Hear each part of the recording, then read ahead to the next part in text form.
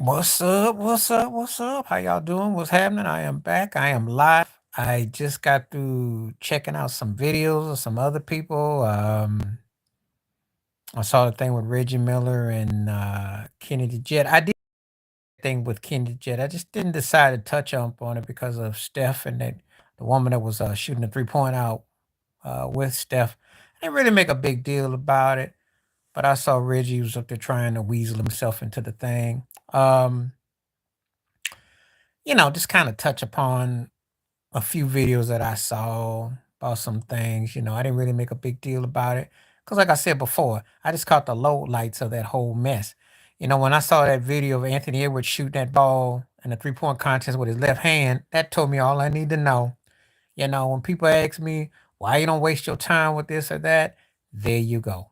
I don't. What's up? What's up? I'm live and I'm clear.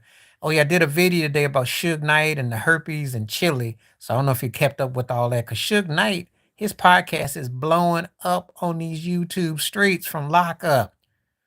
Takes the podcast to the pod. If you're up on Suge, that is some crazy stuff what he said about Chili, and then of course we talked about Usher again because Usher talked about that breakup in the People magazine. So that is crazy. It's funny how all the black music of the '90s, everybody's kind of like in a circle.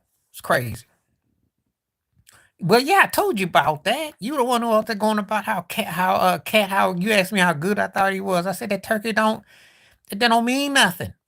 He had that 63-point game and they blew that game to Charlotte. And he go doing a 50, he do a 50-pointer and I did that in the video, all-star game. It don't count. He is a pinata without any candy in it. He just knocks out the pinata, but doesn't come out. I don't take him serious. It's like I don't take Rudy Gobert serious. I do think Anthony Edwards is a top flight talent. And I do think there's something remarkable about the cat. He got some spring in him, and I think he can do something. But yeah, so Chili was the welcome mat over there at LaFace. See, that stuff is crazy because she had the baby with Dallas Austin, allegedly involved with L.A. Reid, and then of course she was involved with Usher. Only person who didn't have access was Babyface. I'm like, wow. I mean, that LaFace thing is crazy over there. I liked yeah, I like Left Eye. Left Eye was Lisa Lopez was cool. I saw the whole thing when she went to Dr. Sabi's. Um, she was cool. She was cool. She was down home folk. She a wild chick, but she was loyal. It was like a real mix going on with her. I remember that whole time period. T-Boss was cool with me too. I like T-Boss too. I mean, I liked all of them. You know, they were catchy. They had some good songs. I used to rock. I bought their albums. I used to rock with TLC. But Chili got passed around. Everybody wanted Chili. And I don't know if you ever heard about Chili and Prince. Prince had her in the car, and he said, "You want to go around the world?" And they basically did their business, and then he had his driver drop her off back at the crib. I heard that's crazy story about her and Prince. And so when he died, she didn't have too many good things to say about him.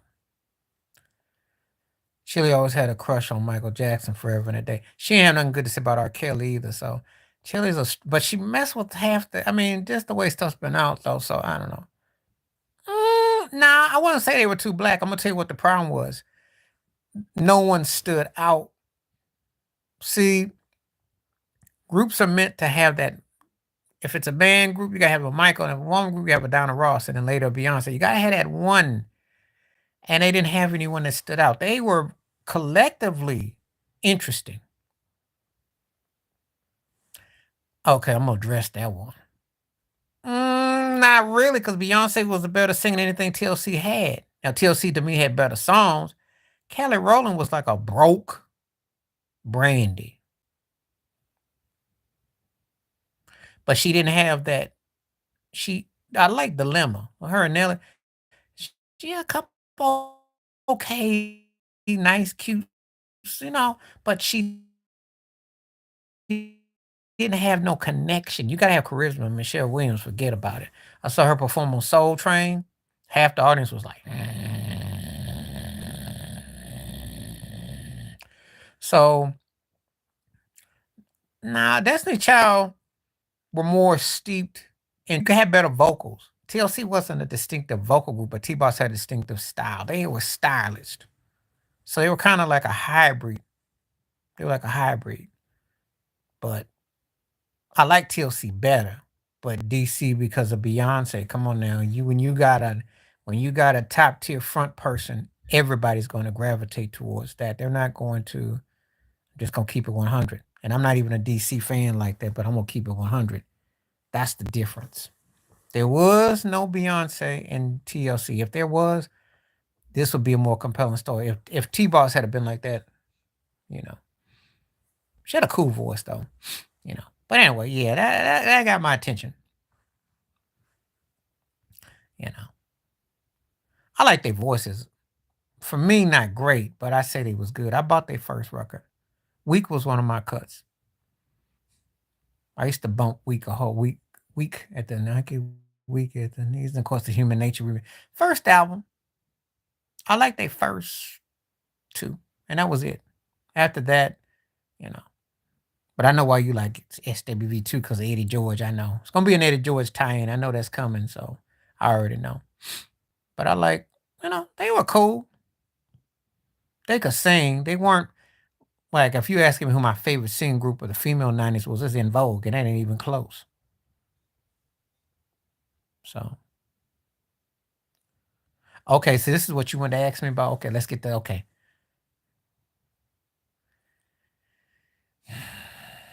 Had he played probably in Dallas or Frisco or probably played with Brady, probably if he'd have played his duration with a quarterback that was, yeah. He married to it was Coco. One of them, he married to one of the girls in the group. Thought you knew. That's why I thought that he married one of them. Like Coco, one of them. He married one of them. I forgot. He married to one of them. I forgot.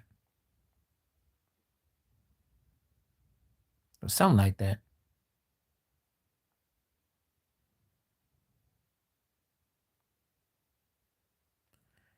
That's what I thought.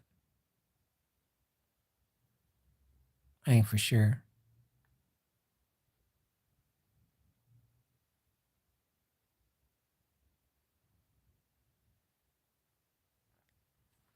Yeah, I had to look it up because he did marry one of them girls in that group. I thought that was like kind of known. That's what I thought. Excuse me. But anyway, yeah, the Randy Moss thing. I think what happened, like if he had so say like Brady had been his quarterback. Yeah, because I ain't laughing, but hear me out. You get to play with Patrick Mahomes, or you get to play with Baker Mayfield. Patrick Mahomes, Baker Mayfield. We're gonna put Jeopardy music on. You get to pick one. That's a no-brainer. You got one guy who's stockpiling rings, and you got the other guy who gets ring around the collar, who just got to the second round, and he been quarterbacked. Hmm. He been to four different teams in the last 3 years. Baker Mayfield been to as many teams as Super Bowls as Mahomes has played for many teams as Mahomes and went to Super Bowls. Let that sink in. Cleveland, the Rams, Carolina, and now Tampa Bay.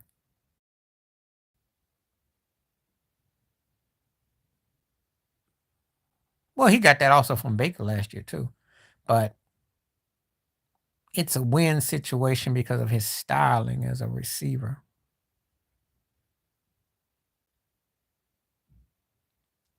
And I don't think anybody in their right mind would want to be stuck with Baker Mayfield.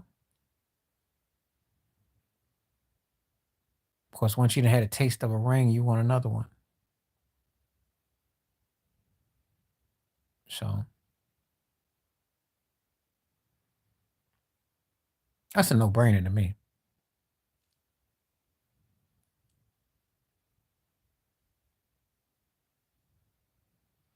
Could work. can work. I don't see why I won't. I mean, he's exactly the kind of pickup they could use, which would be scary. He does drop passes though, but he will catch some big ones, and he goes over the middle. So I don't see why he would be a problem. In what way? What way? I mean, he's spoken out on some stuff, but he ain't To. What way? Don't tell me as a player. Now, see, I'm gonna say it like this: if we're talking about their careers, I'm gonna have to break this down. And yeah, he got a ring, but he ain't better than no To. He's talented. He has a deep threat, takes care of his body, and he's, very I like the way he runs his route. He's spoken out, been fiery, but nothing that's ever not like To. Not like To. To divided people for good or for bad. Different type of fire. Different type of fire. T.O.'s biggest problem, which was it wasn't a problem, is he was just better and bigger than the quarterbacks he had with him. Because Steve Young was old when he got him, and they were stuck with Elvis Grbac, and then other quarterbacks and places he went, they just didn't have. He outshined McNabb. Now T.O.'s a better player. I like Evans a lot. Like Evans is like, we can make the case. Let's say like T.O.'s in my top three. Mike Evans would probably be in my 13 through 23. Okay. Just keeping it 100. And there's a big difference. So when you say that, that's all I'm coming from. Big difference.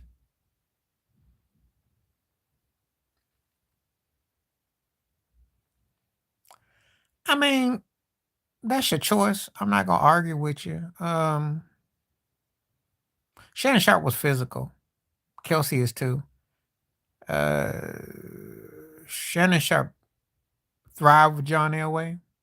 Kelsey's thrived with Mahomes. I got Mahomes over Elway, but Sharp was required. That was a different era of tight end too. Tight ends weren't as dominant into when Sharp did it. It was becoming he was one of the few and far in between. Because as a matter of fact, when they started considering them, started really talking about tight ends who were greater, coming to discussion, it was during Sharp, and then when you got to Gronk, and then you got to Kelsey. So if you go by that logic, I wouldn't have no problem with that if you choose to, because he was tough. He just was required to do different things than Kelsey. That's all. Different era of tight end, you know. But I'm not even going to trip off of that.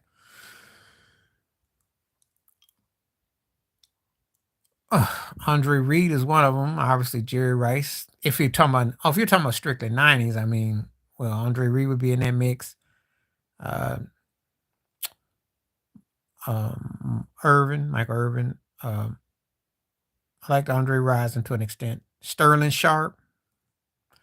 Sterling was a bad boy. Just got hurt, and that's what stopped his career. He was a bad boy. I still think he was better than his brother Shannon, as far as talent goes. But Antonio Freeman, I liked a lot.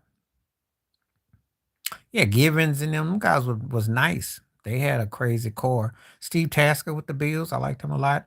Um, could I pick on? There was somebody was coming on the tip of my tongue. Will come back to me that I liked a lot.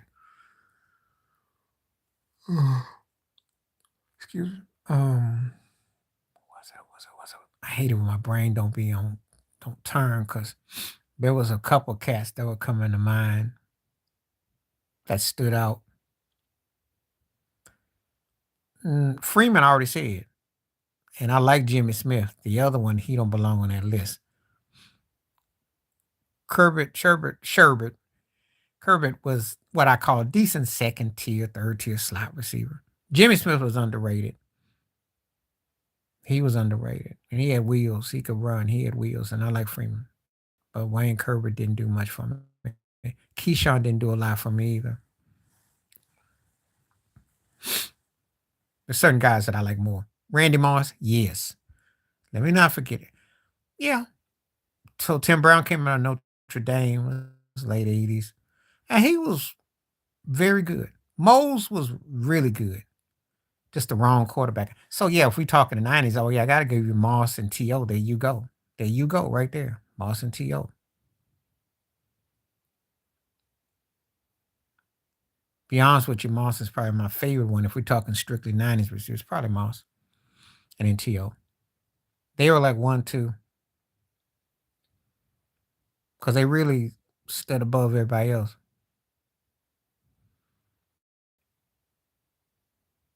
I like Moles a lot.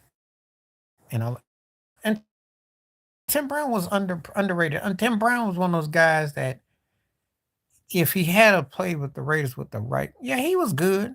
He was good. But I ain't like him like I did Moss. Need Chris Carter neither. I'm just saying. Carter was great stat wise, but Randy Moss is the one that moved me out of that. He was very good pre Megatron. He's getting some love. I see some people talking about him.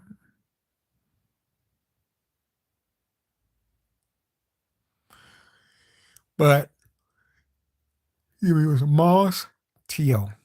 Yeah, that's where I stopped. I could pretty much take them two of almost they're the bulk of the 90s receivers. Because most of the 90s receivers were carriers from the late 80s. When I think about Irvin, Jerry Rice, Andre Reed. So depends on where else we're going with that.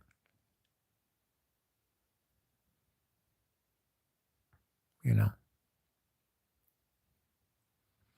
those guys would have been even higher if they had. And I'm trying to think. Let me think. Who was I gonna pick on? Was it Hines Ward? I can't think.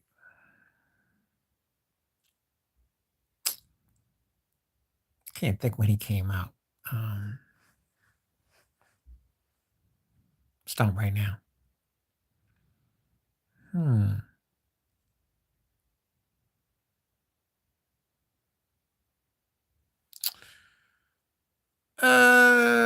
Again, this is gonna be like it depends on what era part of the 90s I'm looking at. I liked who did I like in the 90s that was a cornerback? God, I gotta think. Hmm. I liked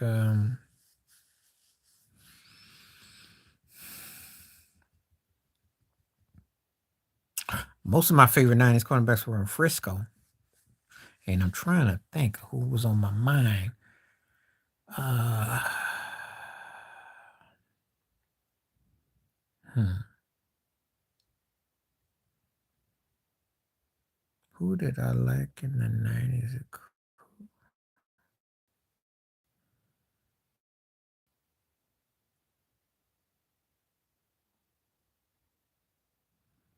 Let me come back to the cornerback. Matter of fact, throw some names at me at the 90s cornerbacks and I'll address that.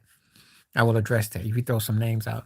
Oh, quarterbacks growing up. Oh, well, back in the day, Starbuck, Marino, Montana, Elway, Warren Moon, Randall Cunningham, Joe Montana, of course, Doug Williams. Mm,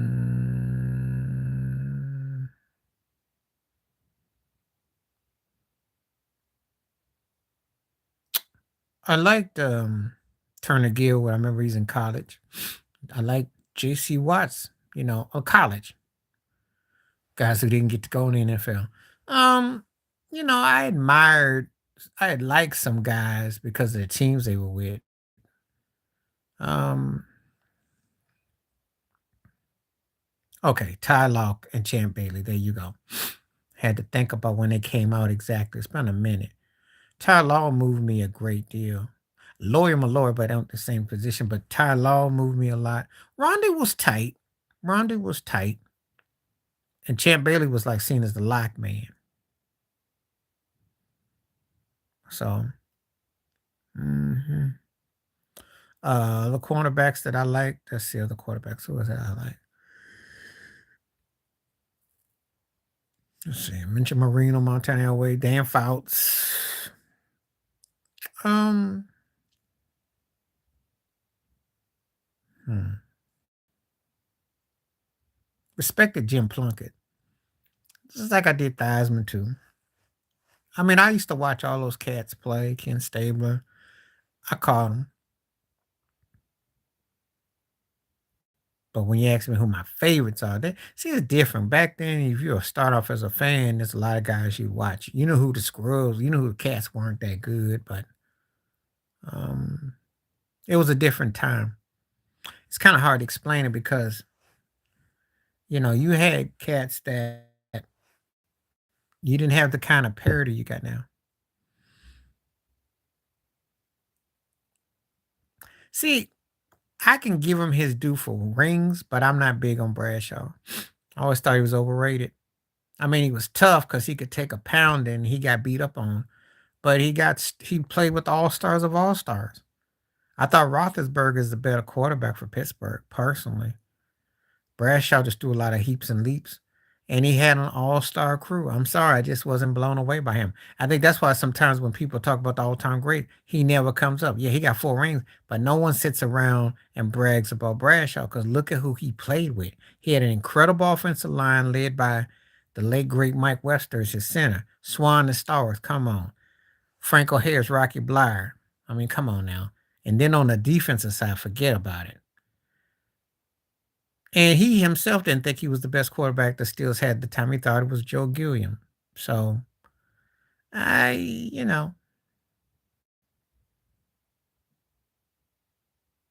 Lynn Swan is Horry of NFL receivers. Is Horry? Yeah, yeah, yeah, yeah, yeah, yeah. Because as a kid, just watching it and not really. First of all, I wasn't a Steelers fan per se, but I was in awe of his catches. Like he came up with some incredible acrobatic catches, but they were always money time. However, and you would think that because he understood the flair. You remember how I told you like Sugar Ray Leonard when he got that fight over Hagler, he didn't beat him, but he got it. What he did is he danced the last 10, 15 seconds in front of the judges and made a little flurry and a little dance. So Hagler didn't take him out. So it looked like it was close enough where he was going to win. Well, see, Swan caught all them big catches all the time that his was um, more productive than imagery wise than John Starr. Starr was the better receiver, but Swan made all those acrobats. Yeah, he did ballet. He also got beat up by the LAPD. There is a Lynn Swan video. If you type in his name on YouTube and him in the police department, he'll talk about it. I just saw it. Actually, funny you mentioned his name. This was a few days ago. I was on YouTube and he was played for SC in college. And he said the cops jacked him up, jacked his ring up, got jacked up. So check it out. But he was he always came up big. He did. Yep. I saw the video. I was like, wow. He been keeping that pretty low key for 45, 50 years. Because he did have crossover appeal. He did ABC commentating. And he had some crossover appeal. I mean, he did. He had the grin. He did. Star Wars didn't get no crossover appeal. Swan did. But they made Swan wait forever and a day to get into the Hall of Fame. So, yeah. But he did have crazy crossover appeal. His numbers weren't that spectacular. But again, just like Drew Pearson paid a price, you have to grade on the curve because wasn't the same NFL today where guys can get 1,000 yards, no problem. Back then, so different era. But he caught all the money catches. You were right with the Oregon. He was that dude. He was that dude. He made those catches in the money time. And you were thinking that, okay, it's kind of like what I told you about Plexico Burr, not Plexico Burr, but Santonio Holmes for Pittsburgh. Santonio Holmes had that kind of thing going too. These big catches. Regular season wasn't much, but he came with these big catches. So, except Swan played for the right team at the right time, and it made him look more, you know. hmm So that's what happened with that.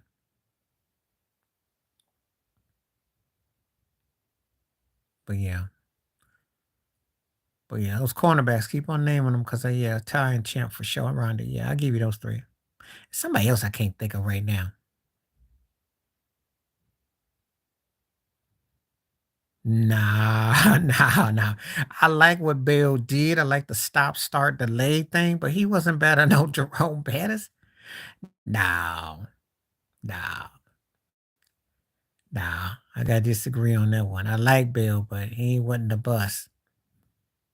Bus, if you remember, saved Roethlisberger's behind. I don't know if you remember that game against the Colts, that fumble.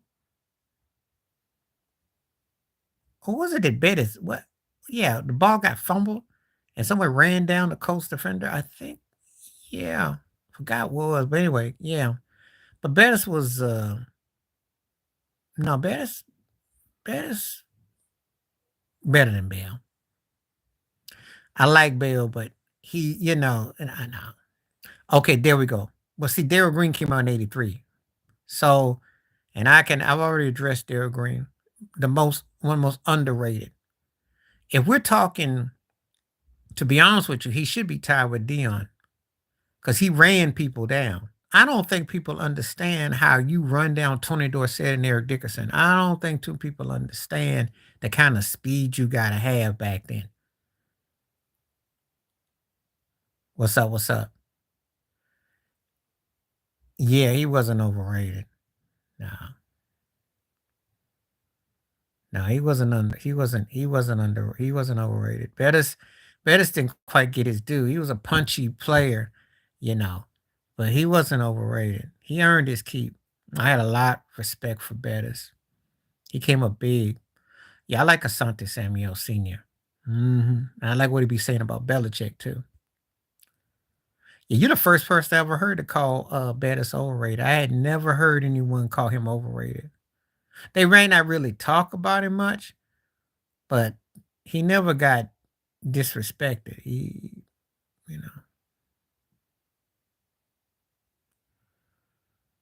um, I know you're talking about, and I do know you love you some Kevin Green. That's debatable because again, what's happening? How you doing? How you doing? Good to see you now. I've been subbed since you started. Yeah, I'm glad you came through, and feel free to ask questions. I'm always welcome folks to come through. Glad to have you. Yeah, Clay did have a lot of sacks. I think one of the reasons why I'm funny about that was because they didn't always keep sacks as uh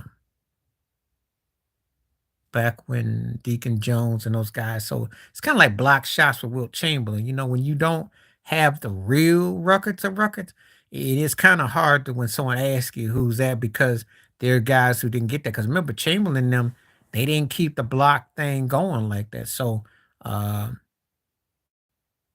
you know, so, you know,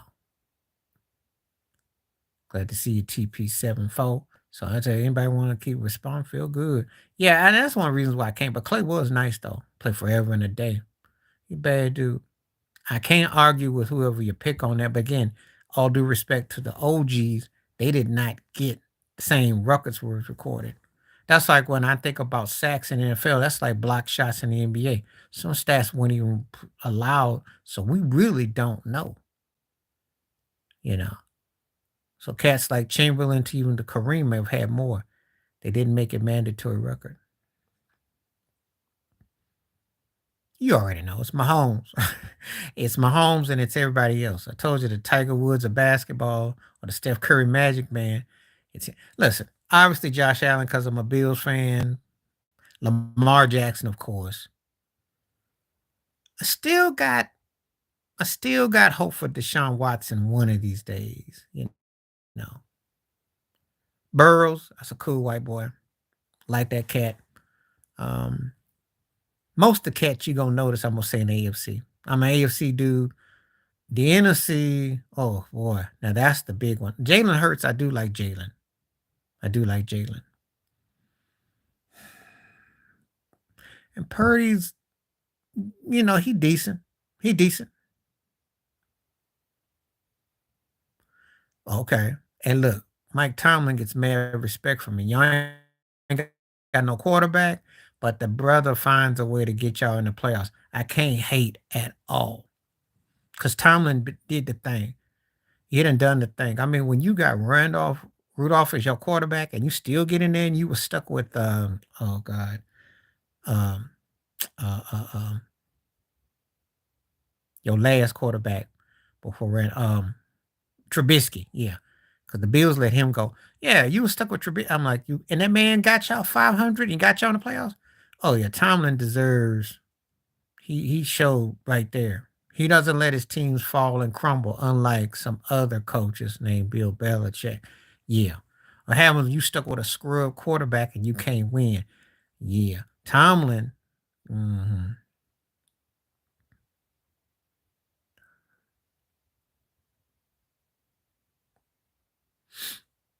Well, I'm not gonna say that because I mean Tomlin does got a Super Bowl. He been in two Super Bowls, so can't be that bad. It's just that Belichick was better at the time. I mean, he got, but how's that turn out? Tomlin still got his job. Tomlin still keeps his team 500. What happened to Belichick the last post Brady era? Just saying. I'm not a fan of Mason Rudolph at all. I think he's a third tier quarterback, and I think he's very average. And I think you can do better without trying hard. I just do. I just think he's third tier. But because Tomlin seems to devise enough playing with the running game and the balance, they cover his flaws. So I'll give you that. But no, I'm not a fan of Mason Rudolph at all.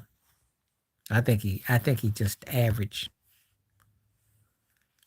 Why? Why what? Because he hasn't done anything. Because he hasn't shown me that he um looks like a capable starting quarterback. He strikes me as a mediocre quarterback.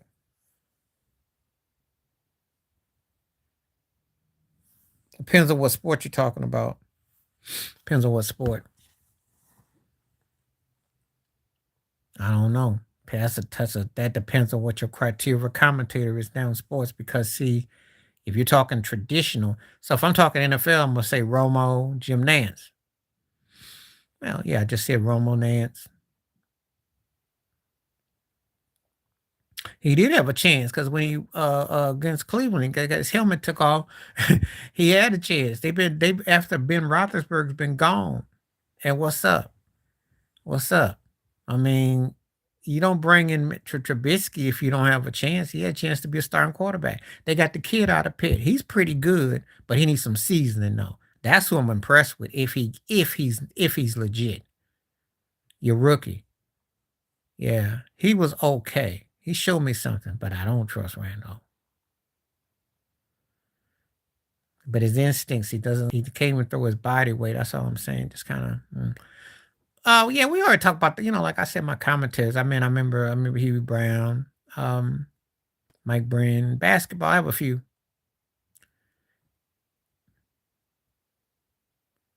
He better than Randall. Rudolph.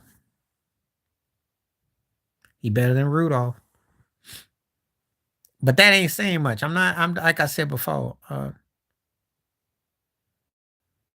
I like I like Pickett. Okay. But I don't. I'm not really feeling Pittsburgh's quarterbacks. I'm just being honest with you. That's probably their weakest link. So I ain't the one to ask because I just don't really feel what I'm seeing at their quarterback position. But I will give them credit. They made the playoffs. We'll give them what credit is due.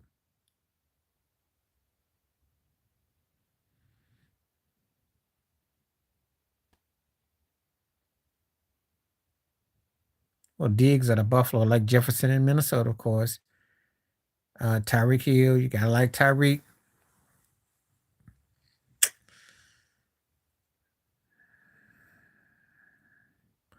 Um, is it Derek Allen with the Chargers? Because I think he's underrated. I like the way he play. They just don't get it right.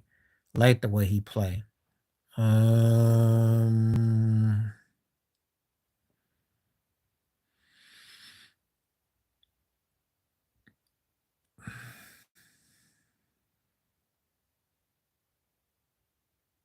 okay. I like your running game and your receivers are right.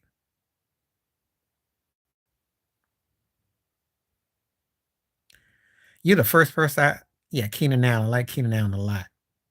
I said Derek Allen. Yeah, I like Keenan a lot. I just think the Chargers underachieve. I told you that already.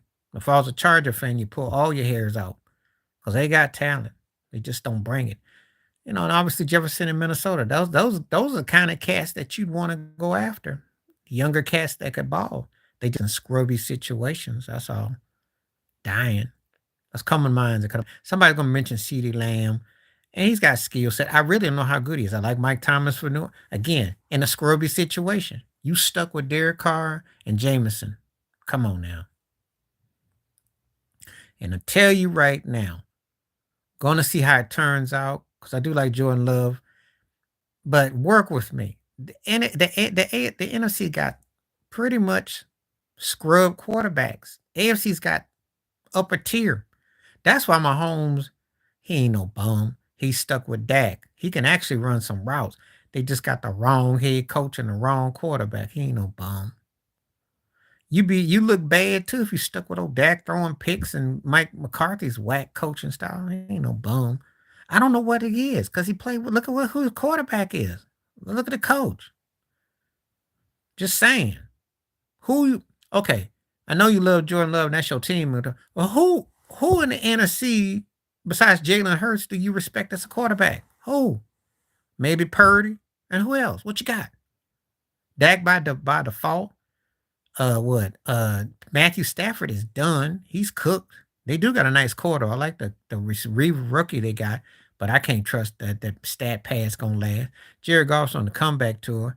I mean, think about it. I like Fields is nice, but he ain't gonna make it in Chicago. Just saying. So what you got? Who stands out?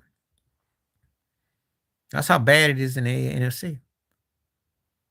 But anyway, Mason Rudolph. That's the first time I see someone NFL QB crown as well. What you mean wide open? There's Mahomes and there's everybody else. I mean, if you say it after Mahomes, I'll give you the wide open for the second best. I'll give you that. But Mahomes is the crown. Everybody else is playing for warm up act. If a man's got 3 rings and he's been to 4 Super Bowls, and aside from Burrows, no one else has tasted or sniffed it. Oh, yeah, well, yeah, that's what I'm saying. That's what I'm saying. And the 49ers and had 2 of them guys, and they couldn't seal the crown. And we don't know if Philadelphia's crown got prematurely took because of their whack coach. Jordan Love, though, I will give you that. Might fool around have to snatch it up. He might have to get it. If Detroit don't choke next year. And I see if they come back playing like they wanted, or they're gonna come back playing cute, then Jared Goff will be short lived. We'll see. But yeah, you're right. You right.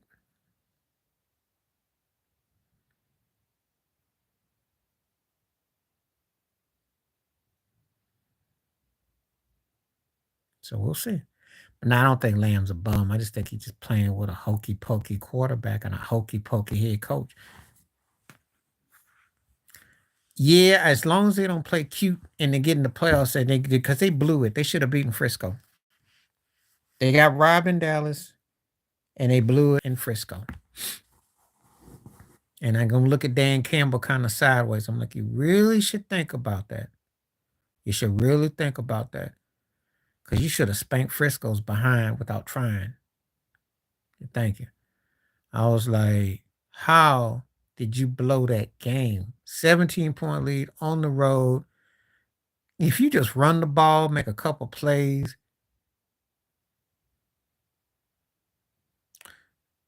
he fired him because he had to have someone as a gopher. You gotta have someone that's got that, has to take that blunt.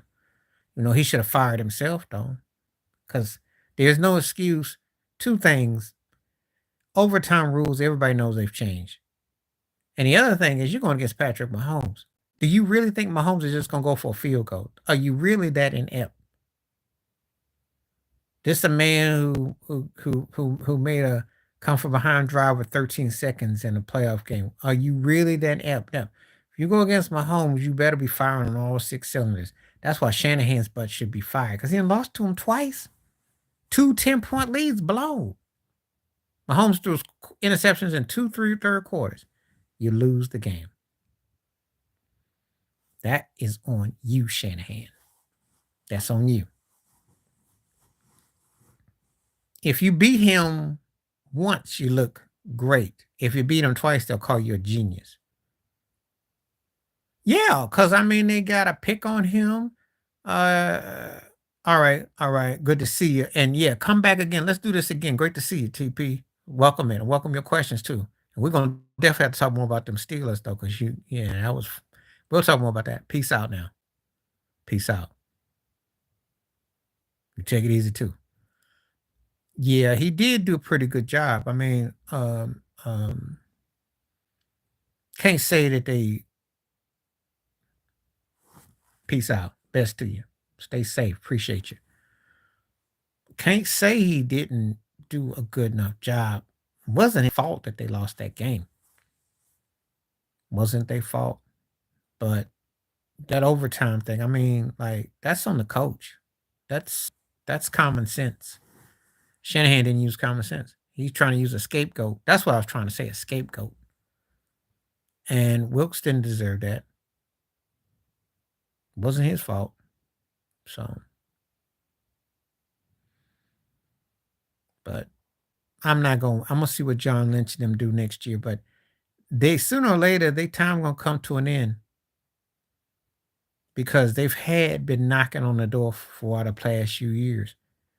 Told you the 49ers are just like the Celtics, they're like the Celtics of the NFL. Last few years, you've been knocking at the door. You ain't sealed the deal. So what does it give? I'm not feeling it.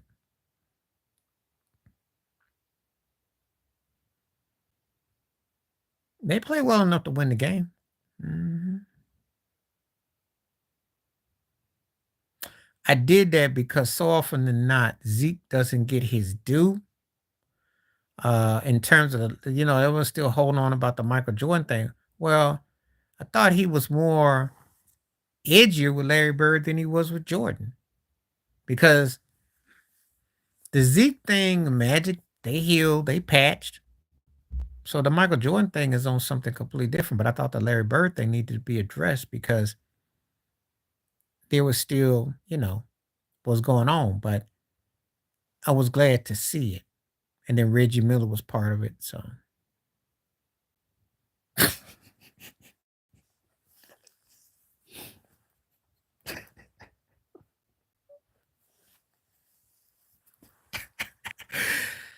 I hope that's a I hope that's an April Fool's Day joke. Why don't you say this one for April Fool's Day? You should say that one for April Fool's Day. That's gotta be a joke. Back him up. What's this like the Stooges? It's like the Stooges. Oh God.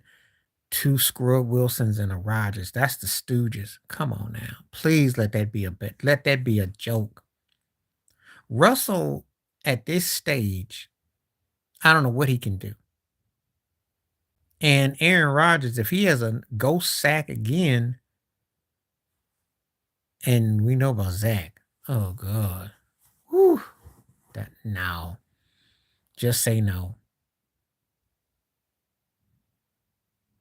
And wait a minute. If Russell came back to the Jets, ain't Hackett? Oh, that would be like that's like a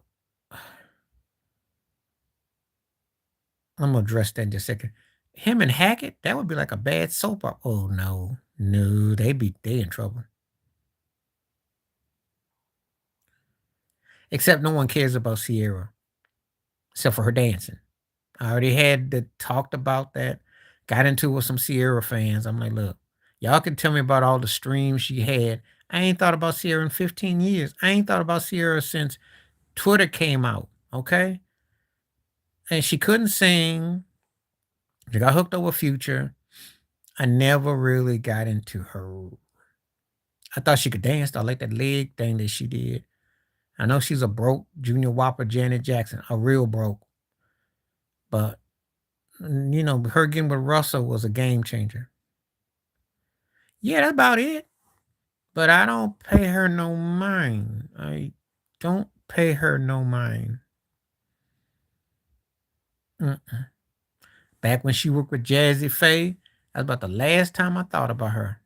And that's like I said before, you got to go back to when it used to be known as Twitter, back when MySpace was still fresh in these streets. Don't pay no Sierra no mind. Sierra ain't really jumped out of my mind since the last time y'all won a Super Bowl. I hate to be cold, but I got to keep it 100. That's about when the last time Sierra was popping in these streets for real. Didn't pay her no mind. Didn't pay her no mind at all. So, but when she got with Russell, that was the best hit she ever had. She pimped that though. She got him up out of Seattle though. So, but it ain't last long. The honeymoon over in Denver. When and he was acting arrogant in Denver, setting up shop, setting up rank. Yeah, didn't work out too good. But if he's an insurance policy, oh God, that's hilarious. That's hilarious. That might be one of the funniest things I've heard in a long time. So thanks, Ted. You made me laugh with that one. That's hilarious. So I thought you had some NBA. You told me you had some NBA Hall of Fame, some questions you were gonna ask me about NBA stuff, because I think you had mentioned that, and I did want to address that because we already tapped on the Randy Moss, Jerry Rice thing.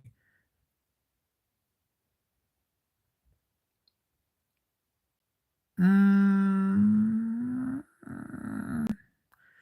well, I think most of them do. Y'all remember he was protected because he played for the Yankees. His business wasn't really put out there like that per se. Wasn't like that per se, but it was known that when he was involved with Gabrielle, and especially Gabrielle Union, especially when he's involved with Mariah. But um,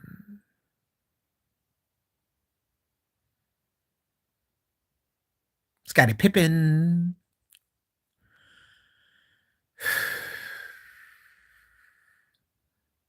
Yao Ming,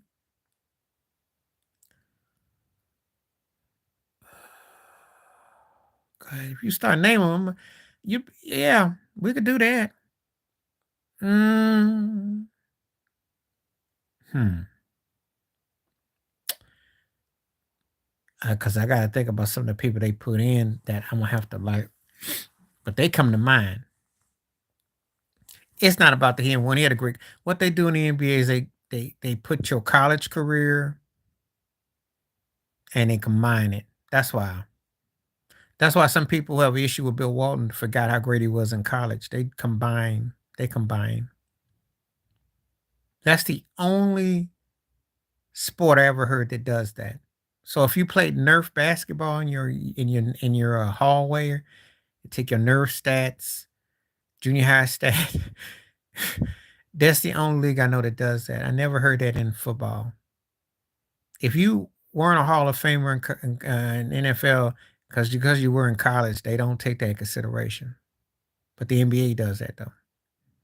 Go figure.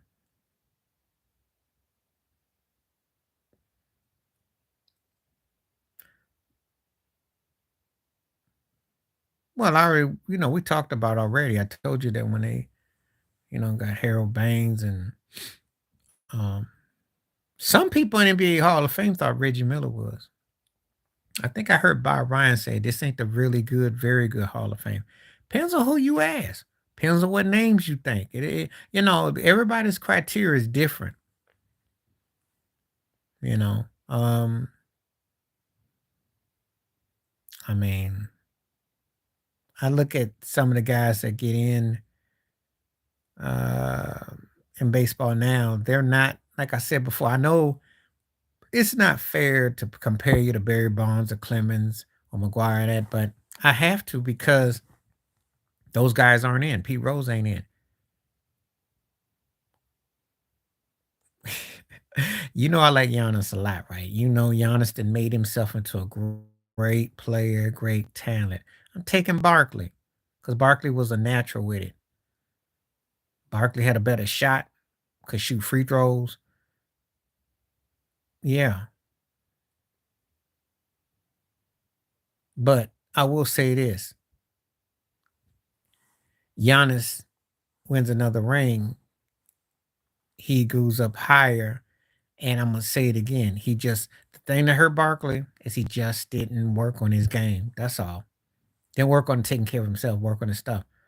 Skill wise, he was just as good as almost anybody I've seen. Barkley had incredible handles, incredible movement, but I seen Giannis keep getting better.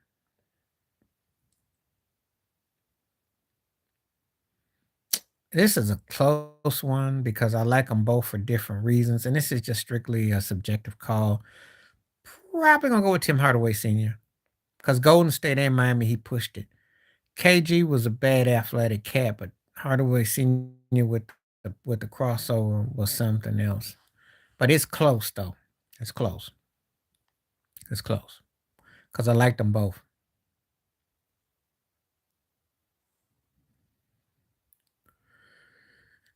But that's a good one. Oh, Glenn Rice, because I got more out of value out of him. I thought he was a better scorer, better starter. And of course, he came up big for the Lakers during that 67 win team with Shaq, Phil, and Kobe. Sabonis, because he gives you a real double double, maybe a triple double. I think Bam is tougher, but if I'm going about getting them points, them filling up that stat sheet, it's Sabonis. Sabonis fills up a better stat sheet. If Bam filled out a better stat sheet, he would be giving Embiid a run for MVP. Yeah, I said that. And that's a good way you did that because I'm not big on Sabonis like that, but he fills up stat sheet. They fill it out. If Bam filled out a stat sheet like that, he become one of the best players in the league. That's the difference. Think about it. Ooh. Ooh. Ooh. Ooh. Ooh. Joker's got to win another ring, and then I'll put him firmly ahead of him. But it's close. It's close. It's close. It is close. This is like maybe in my five, six slot, six, seven slot with these two. It's that close. But he wins another ring. He wins another ring. One league MVP. I got him over Dream far and away. It's very close. Because Akeem was a bad boy for footwork and what he could do, athleticism and his, you know. But if he gets it, he leaves him in the dust. There's no question. Because it's two rings. And when you factor in his dominance and how that team works with him, it leaves him behind. So that's this is right now it's like this. If he wins, then he starts to get into another argument. Shea, because Shea is carrying that team. When was the last time Kyrie carried a team? Now, before you give me ball handling skills and talent and scoring, I don't understand all that. But Shea's MVP worthy. Shea is a top 5 MVP candidate right now, who was entering it last year and made a name 2 years ago. And his consistency and that team is Shea. Kyrie got the iconic moment. Oh, really? Well, Luca ball hogs, but Kyrie is hanging on by threads now. I mean, think about it. Like I told you already, post LeBron, Boston.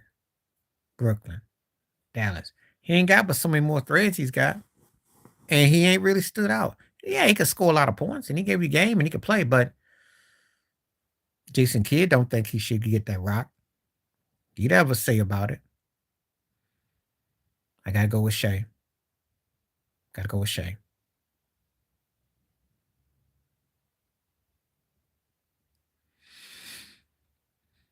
I think if Kyrie had stayed out with LeBron or the KD gets him in, yeah, if he wins with KD, then this ain't enough for discussion. But because he's kind of like, where's his welcome? And Tatum got to the Tatum and him did better without him.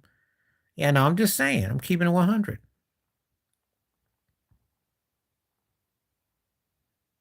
So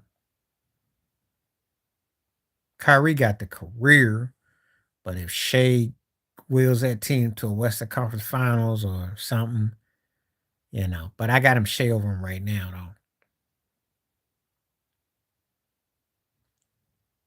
But that Jokic Akeem one, that's like, oof, that was fire. That's a toughie. Because part of me wants to give Jokic the edge now, but then part of me don't. It's close. It's too close.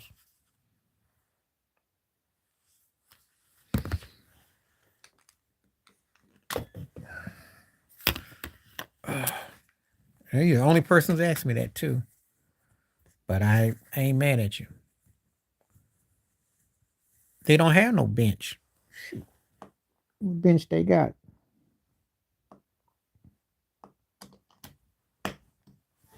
They ain't got no bench. What bench they got? Problem with them is that they're too dependent on the sameness. Everybody got to shoot threes. Um, they don't have any versatility. They play a one trick way of playing basketball. It'd be one thing if they were a team that I thought that could win it. I can't see them winning nothing. I'm not sold on the Celtics at all. Not at all. And I did do that. I said I did a part where I was responding, and I said that about Bird meeting Tatum for the first time. I said, yeah, if Tatum had beaten Curry, Bird would have been there. They got no choice because they're a one trick dimensional team. They don't defend. They don't really make stops. And they have to defend on a lot of, you know, I mean, they just, I'm not impressed.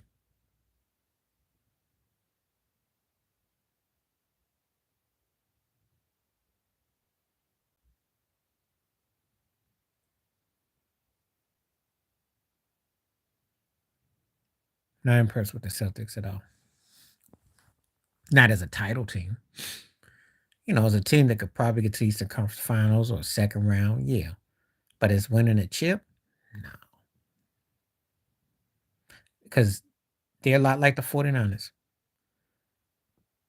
Well, it depends on how he comes back. He'll be ready for the postseason. But, and I think they're going to size everything up. They've been playing pretty good lately, you know. But, and I thought about something you said because Duncan Robinson, I found out his scoring is good, He's trying to save his behind, though. That's what's up. Some Heat people been saying they want him in the starting five. They ain't saying about Tyler Hero, though. Just saying.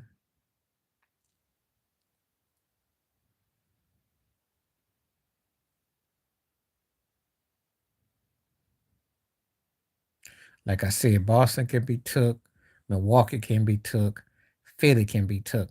There is no proven team except for, ironically, Miami in the East. That's kind of like Cameron Diaz with A-Rod.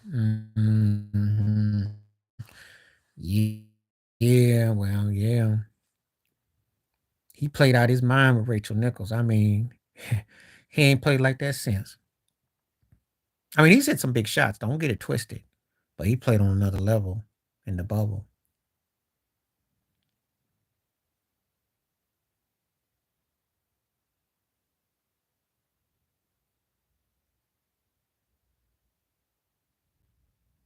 But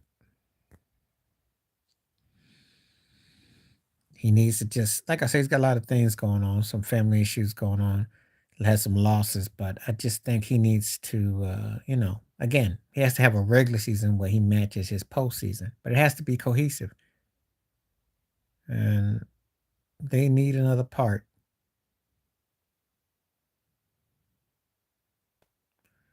Yeah, cats already know. Cats already know. Cats already know.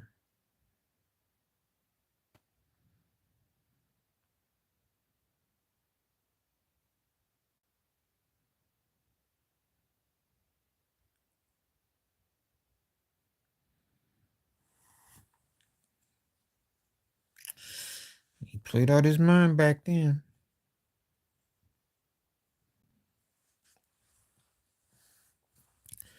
I just think that, he has to score probably about 5 or 10 more points, and gotta hope that Bam does 5 or 10 more points. That's the thing. And then they gotta hope Duncan Robinson and Tyler Hero give him something.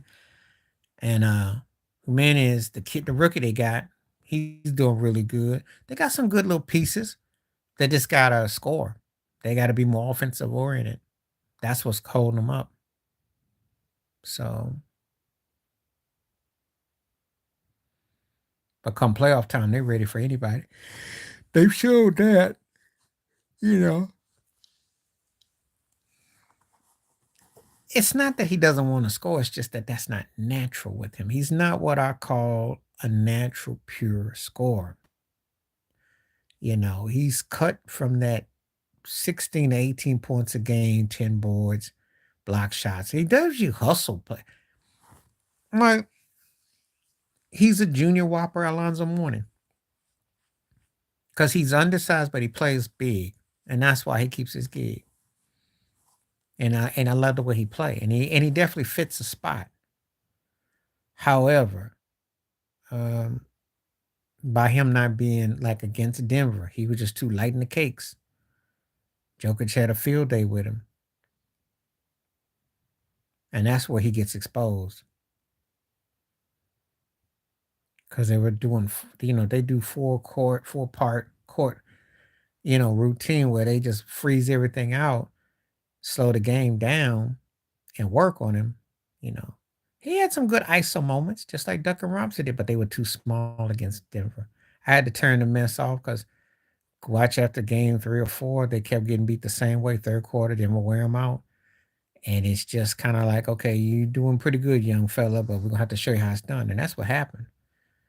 He gets caught trying to do too much. So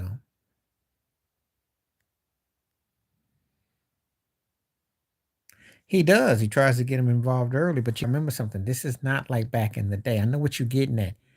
Can't put your point guard to feed the big and think you're gonna get alley. You can get alley oops, but guys are taking his knees out. They're playing him high low, and then they move him from the rim, so he has to either have a spin move or a hook shot or something. So he has to find a shot. 4 foot, 6 foot, 8 foot jumper. Learn how to use the glass.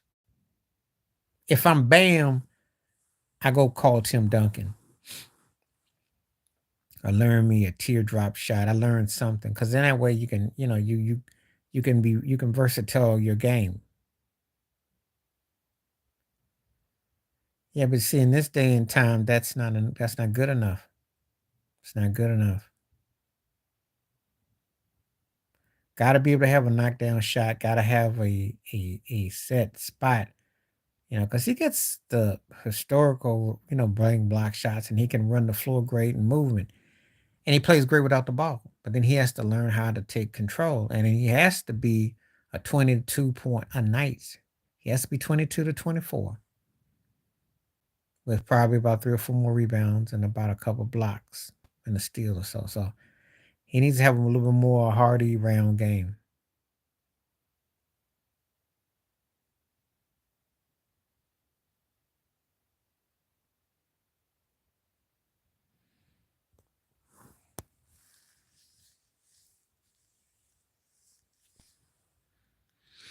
So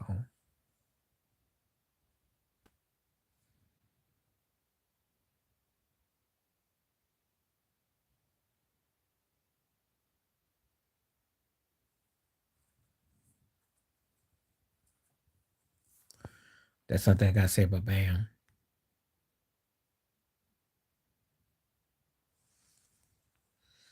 You heard that on good authority? Give me your sources.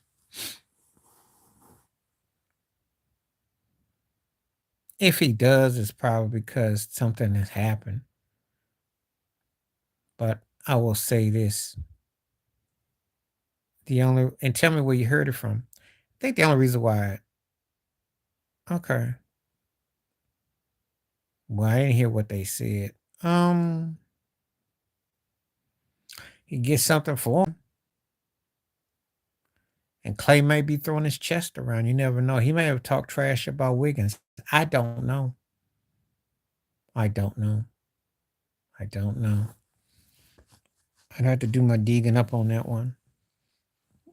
Would I be mad at Curry if he wanted that to happen? No, because there was something that went down. I know one thing, Clay was in denial. You know, Barkley told him 2 years ago, you ain't coming back from this injury and be the same. And he waved it off and whatever.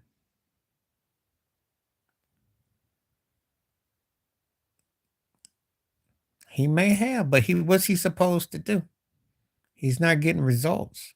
And Clay did stink it up. He coming off the bench is a good move, but he did stink it up. He couldn't do it no more as a starter. And I'm not arguing with you about Wiggins. I don't know what then happened. Know what that woman did or what happened, but that guy from 2 years ago has been on a milk carton and he's staying rotten. I don't know what happened to him. That's the problem right there because Wiggins was supposed to be the deal breaker.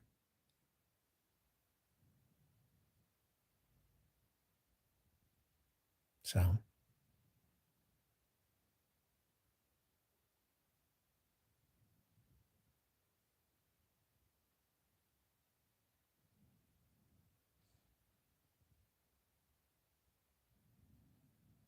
mm. I don't think he turned his back on him. I just think that he just hasn't been able to bring it. They let him. They let him. They let him. Yeah. I'm not even gonna play devil's advocate. I'm just gonna use common sense. They let him.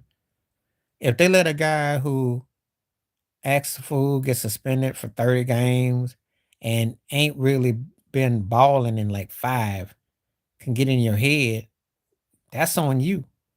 Y'all need to make shots. Y'all need to win. And if y'all too dumb to not do a zone defense and let Steph Curry pop a 3 on you and beat you, you deserve to lose. So yeah, ain't no sympathy. And KD got a lot of time to talk about how people don't hold him in this regard. I said, well, look at the choices you make. Look at where you at. Booker is a sidekick. He's happy. So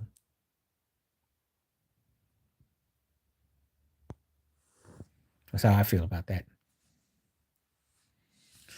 Yeah, so people have videos about that. I didn't want to touch that because I already told you how I feel about Booker.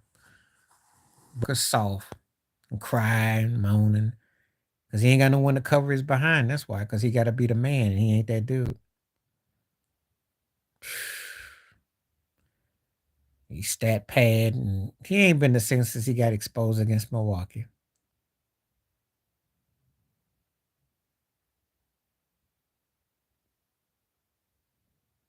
So, you know,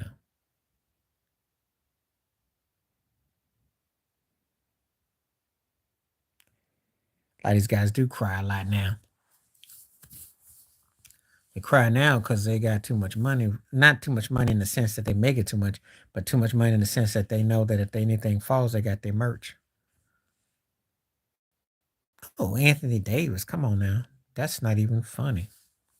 And I despise that question because I like Weber better personally, but come on. AD is a better scorer, rebounder, has a higher volume. Now he's street clothes and he's problematic, and I like Weber better, but that's not even fair. That's for me. That's not. You know, I have to go by the eyeball test.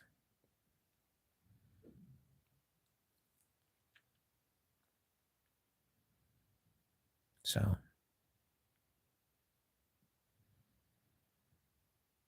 I don't like picking AD, but yeah, you already asked me about Barkley and Carmelo. I told you Carmelo got him. He just worked more on his game, had to turn around, took care of himself better, and that's what was the difference. Ask me about at the prime early on, I would have told you Barkley, because Barkley in Philly was a beast, and that guy was one of the 3 or 4 best players going. But he didn't always get the best out of himself. We had, so Carmelo, by lasting long, actually longevity, he got better. So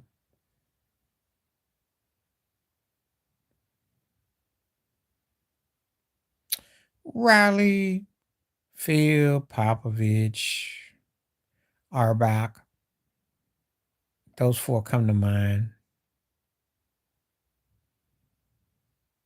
Um,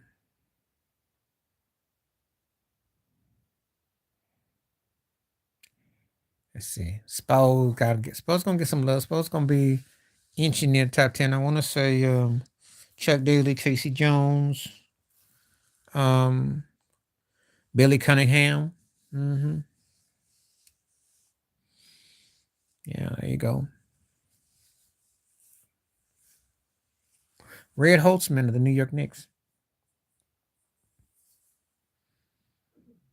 And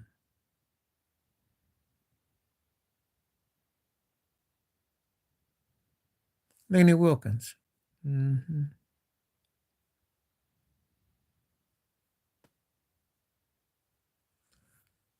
Well, we talking about greatest coaches, ain't but like a little bit more than a hand, 2 hands. So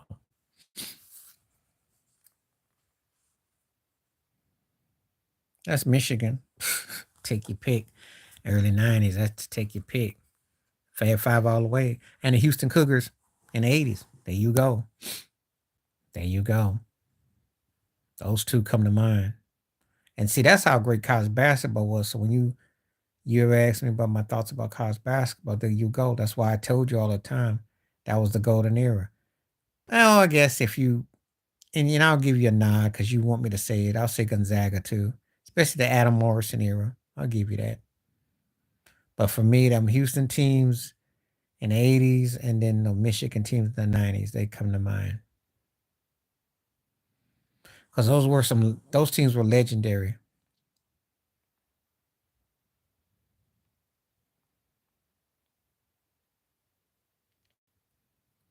And you don't really think about it until you think about it in hindsight. But yeah, this comes to mind. Oh yeah, let me tell you something real quick about college because I was checking it out. Rick Pitino's crying about St. John's. He says they can't pass the ball. He's dissing. He says I'm not cuddling no more. Hey, cracked me up. Rick Pitino up there crying about college. It's funny.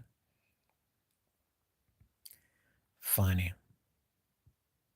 So he should be so lucky he gets to coach anything. He's kind of like the Bill Clinton, Donald Trump of college basketball coaches. All the shenanigans that went on. You talk about some shenanigans, but Patinogans, the Patinogans. I'm going to tomorrow. Cause I'm like, you need to shut up. Do you know how lucky your behind is with all the mess that went on at Louisville? Sound like a Bill Clinton or a puffy orgy party, and you got the nerve to come out and talk about all these kids. I have even when Boston lost, I'm like, nobody in the NBA will touch you with a 20-foot pole, Michael Corleone. That's what you look like, old Godfather. Please. How he keeps getting jobs. He's got to have a video or something on somebody. I mean, yeah, he won. He's a mess. What I like about that, see, this is where anybody wonders like how deep I go in my, basketball knowledge of my sport. Cause I got so many Rick Pitino stories. I mean, like, please. Like, but I'm like, he would have to come by and give me a potential video too. He would. I don't want to hear nothing out of his mouth because this cat is white privilege 101. He shouldn't even be allowed near a Nerf basketball hoop set, let alone college with his old freaky deaky things that went on. Please. Tino sounds like a puffy orgy or parties. Yeah, and if he learns from the Don, he'll get the same situation. It'll be like a John Gotti Sr., John Gotti Jr. Great. That's what you're gonna get. That's when privilege has its place, y'all.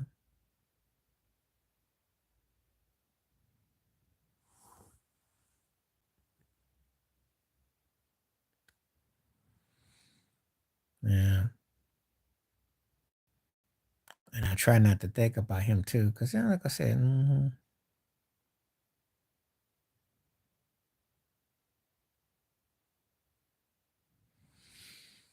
I'm glad you gave me that tidbit about his son. Boy.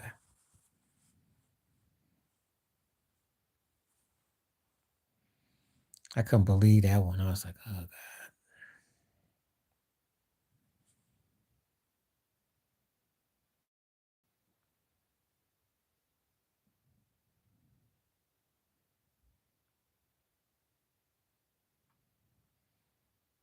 Yeah, I like that Rick baked potatoes. Perv. I think we touched on this. I mentioned I said Guy Lewis from Houston and Steve Fisher, from Michigan, and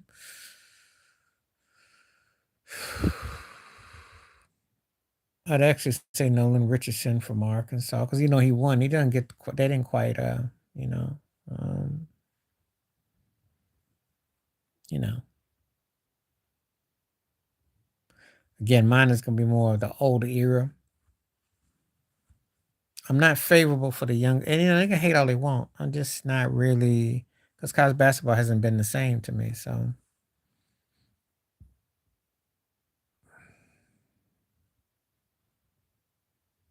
believe it or not, Lennox Lewis comes to mind. He won, but I don't think he ever gets his due. Uh, Ernie Shavers. Um, some might make an argument for Frank Bruno. Some might.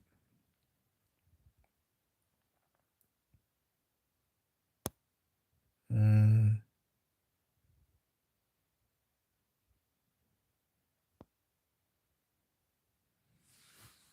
yeah, trying to think. Um,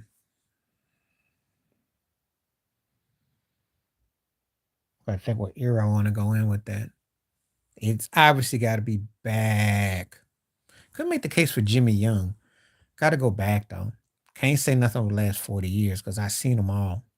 And once Tyson took off,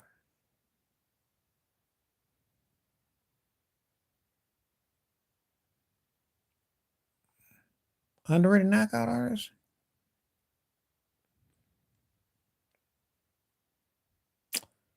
I want to say Macho Camacho to an extent.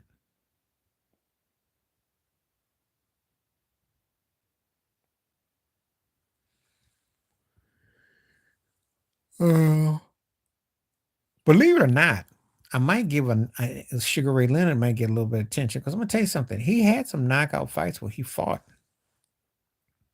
He just didn't get it. Yeah, I give it Julian Jackson. Yeah, but when you say underrated, I'm thinking about guys that you didn't that would unsuspectedly make stack you.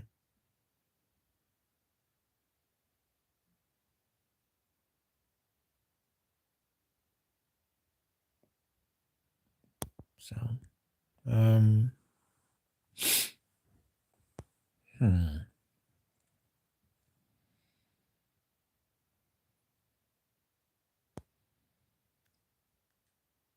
Say Julio Cesar Chavez fought a long time, a lot of fight. They didn't talk about his knockouts per se.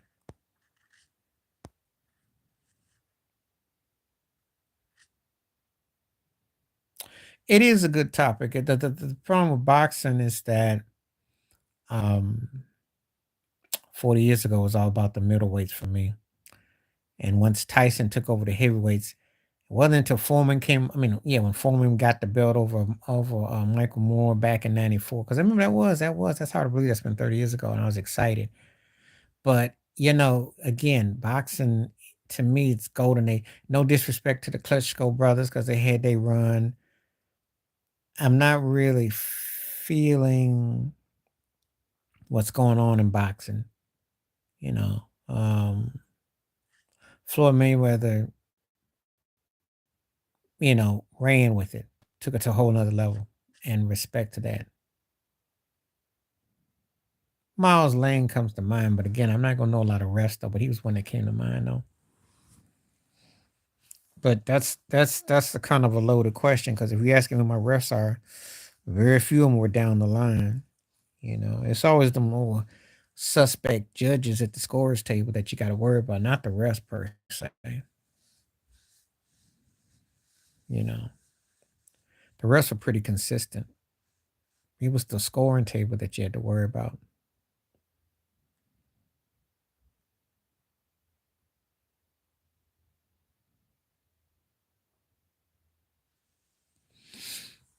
So,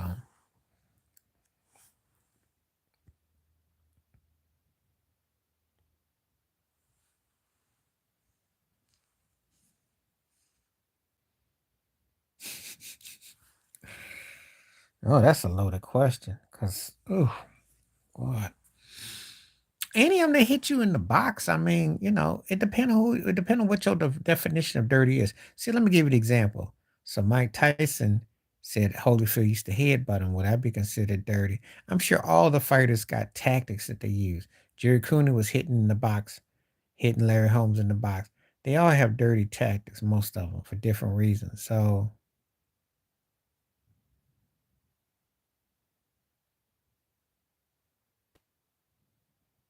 I mean, I think I go by case by case. So he would swing,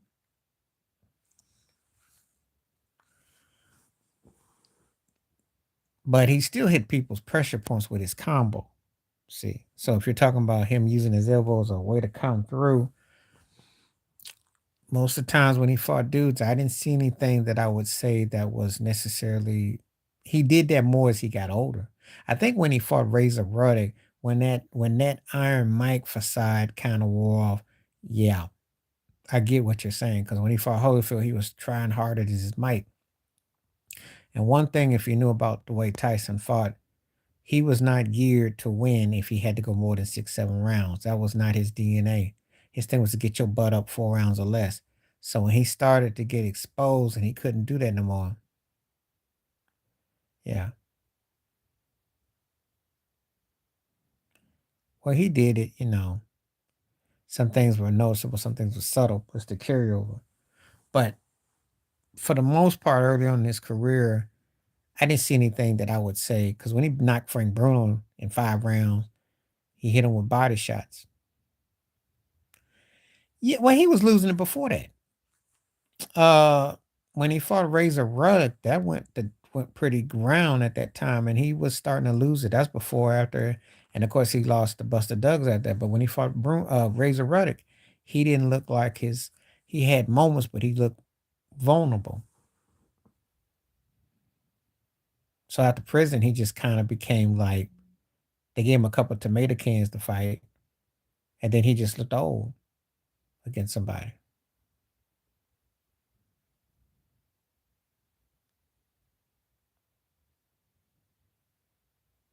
He had some good because he was a southpaw, and but I think Tyson couldn't bully. Like I said, he just looked like he had lost a step or two. But when he beat him, but that was one of the first times I started to see that way he was knocking cats out.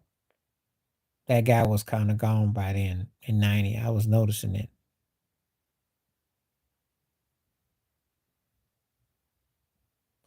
And I thought Tyson started to look bad. He started to look bad. Well, when he fought Lennox Lewis, that was Fat Elvis era. That's the Vegas era of Elvis. It wasn't just that he had no pop in his punches. He could stand around with you and go with you, yes, and he might even hit you up and get you a couple, 2 or 3 rounds. But he couldn't go against a cat that could go 7, 8 rounds. No, them days were gone.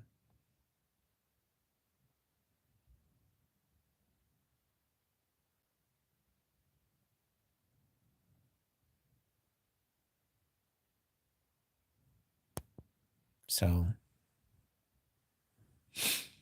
I almost hated the fight that he had to fight Lennox Lewis because he was past the pull day by then. You know, and it was kind of like a travesty to me.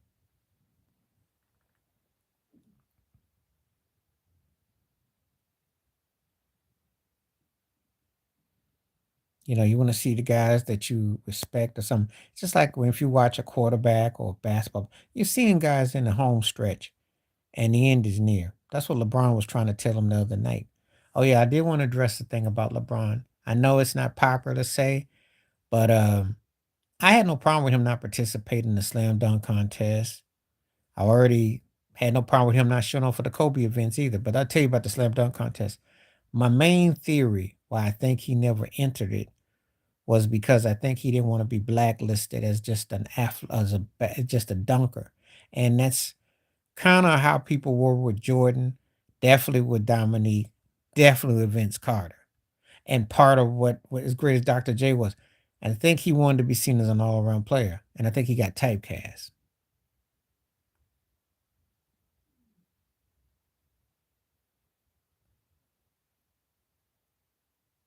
They matched up really well.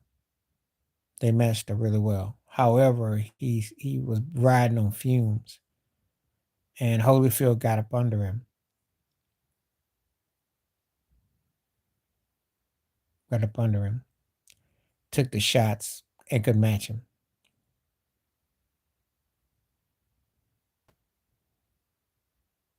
You know, at when Holyfield was able, because Holyfield was built to be a what we call a long-winded fighter.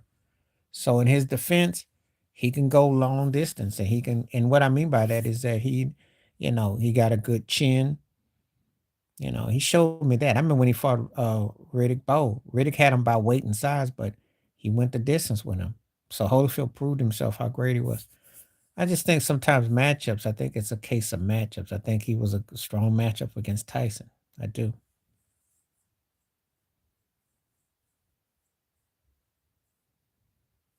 So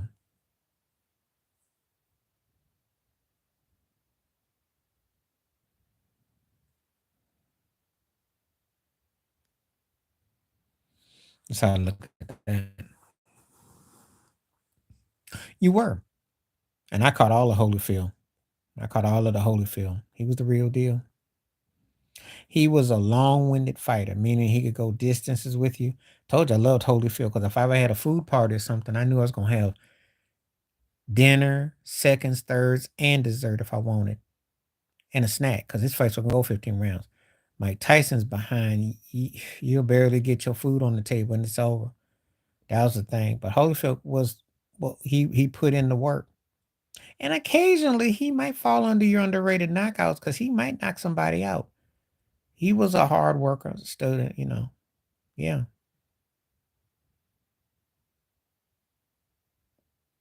So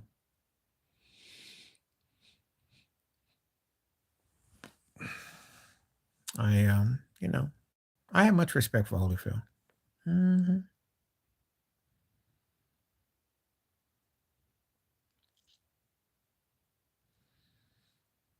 I think him and Tyson just were. I think he matched him really well. That's all I can say. And it was a style thing. Can you take it? And if you can take it, can you bring it? And he brought it. So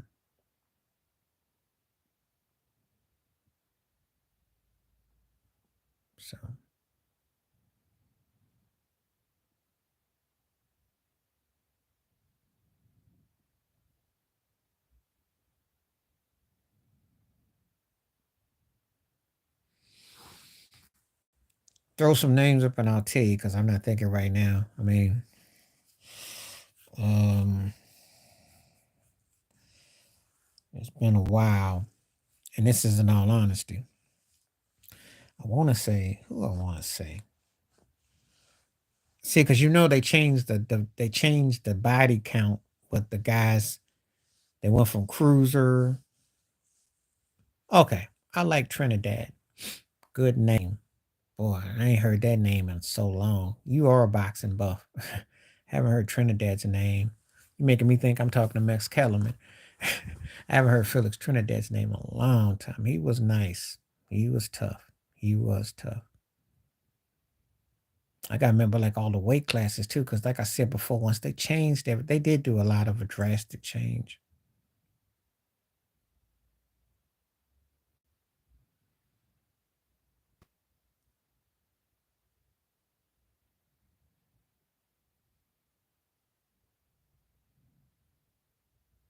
There was somebody else too with Trinidad too. There was somebody else that they had. Manny Pack. If you're talking about Manny Pack, that was a bad boy. I know if you're a Manny Pack fan, you're gonna say Floyd decked him for many moons. I'm not gonna agree or disagree. I can't really call it, you know. Pacquiao was a bad boy though. That I do know. He was bad. He had a very distinctive style.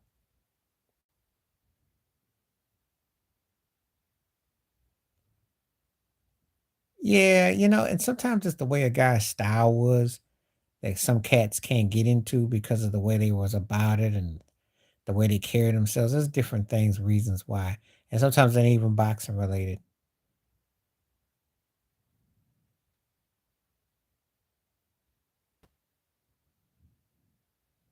So I do know he alienates. I think they all do to an extent. Okay. Roy Jones was respected. Roy was respected. He he had crossover appeal. I used to watch him all the time on HBO talking to Jim Lumpkin. I told you he used to have an earpiece in his ear and he'd be in the ring talking and he'd get ready to whip up on somebody. He was must see TV in the 90s. During his heyday, Roy Jones was with it. That one fight that he lost was crazy because I forgot how it was almost like they hit the bell and the guy hit him and it was like caught off guard and it's like he got cheated out of that fight. That was a strange fight. That's one of the strangest fights I've seen. Because I don't even know if he really even lost that fight, which is crazy how they, took it from him.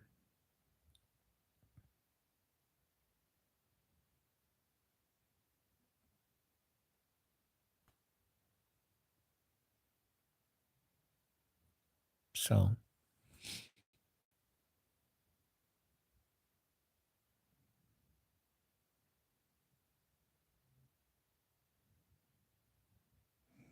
that's a good call out.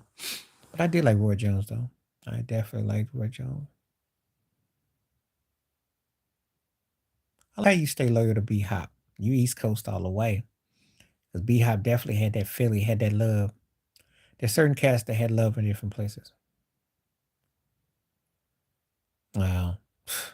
There's two that come to mind off the top. Obviously, I'm gonna tell you about that uh Miami, Ohio State with Maurice Claret. That was one of the greatest games I saw. Then it was surpassed by the USC Texas game in '05. Vince Young, Reggie Bush, Matt Lauer, Lindsey White. So those two come to mind off the top. Off the top. Mm. And then I got a lot of them from the late '70s that I like with Nebraska, Oklahoma, Miami Rose Bowl game. Not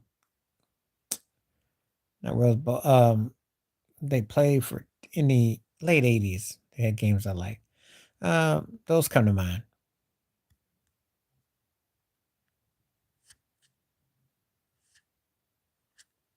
So probably I want to say the Notre Dame Texas game because the first time I ever saw Joe Montana that come from behind, and that was something else. I remember seeing that.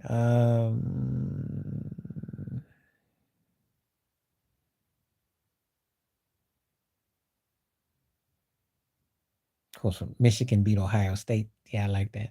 I love it. I love it. Because I was so mad when Michigan wouldn't do with that punt with that crap a few years ago. We lost that game to Ohio State. Oh god. So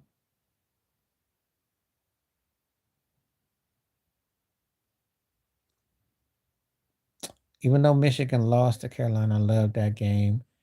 Love UNLV over Duke when they smashed them. Georgetown, North Carolina was a classic. Georgetown, Houston was a classic. Georgetown, um, okay, I tend to beat Georgetown in college basketball. Raleigh, Missamino, beat John Thompson. I loved it. India, yep.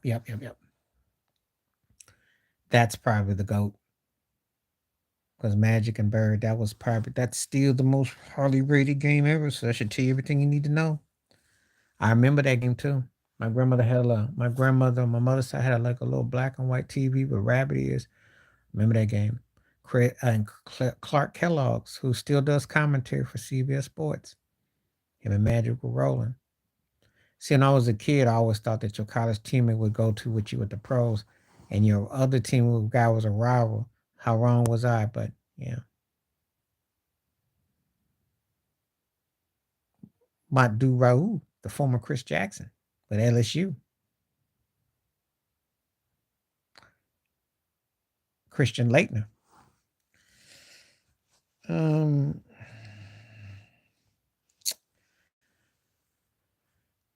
yeah, but it wasn't like it was good. It was tight, but no one saw him like this. You see, when you say that in college, do you see a guy that's going to be polarizing? That he's top 10 all time? That you know, yeah. Well, you said it. Actually, most of them Duke boys could shoot. Bobby Hurley could shoot too. Grant had a nice shot. Kyrie could shoot.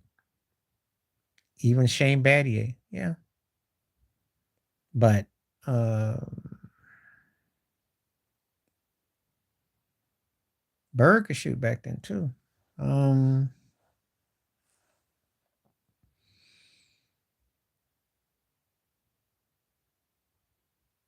um hmm.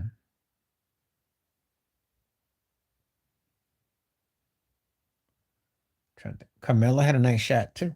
Syracuse. There you go. He could shoot. So Trey Young. How about Trey? You gonna give me Trey? He was almost doing that's what got him all the hype. Won't you give Trey Young his due? Yeah. Yeah. And you laugh if you want, but that's what got him into you know, he got drafted because that's what they was talking about. This kid who shoots those logos threes. Hmm.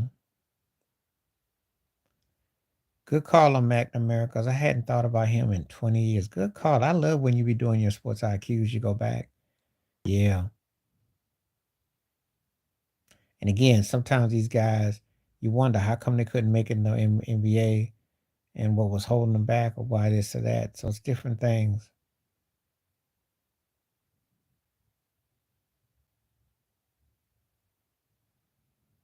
So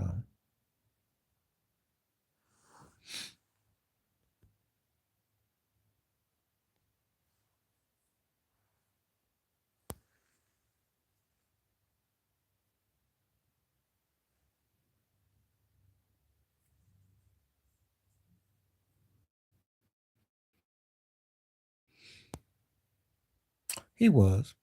I remember. He was a really good player.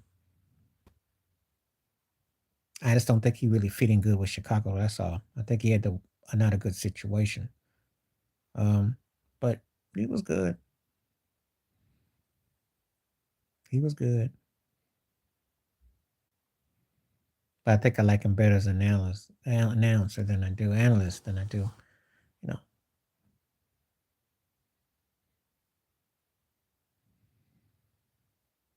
you'll see some guys like that. you know. I almost can't stand it when I see too much with guys in college as the pros when they get to the pros because it's like, okay, then what you gonna do? Because Zion was a great example of that. He was very explosive.